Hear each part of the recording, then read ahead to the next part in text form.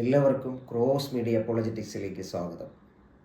Bible ചരിത്രത്തിൽ നമുക്ക് മറക്കാൻ കഴിയാത്ത മറ്റൊരു കഥാപാത്രമാണ് ജോസഫ്.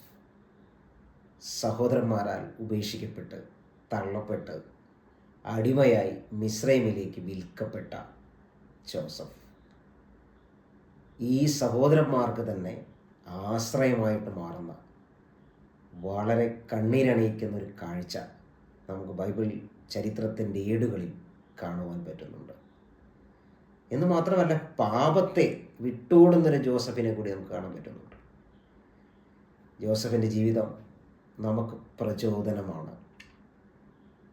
എല്ലാവരും ഉപേക്ഷിച്ചാലും ചേർത്ത് പിടിക്കേണ്ടവർ, അണച്ചു പിടിക്കേണ്ടവർ തള്ളിക്കളഞ്ഞാലും ദൈവം മറക്കുകയില്ലെന്നോ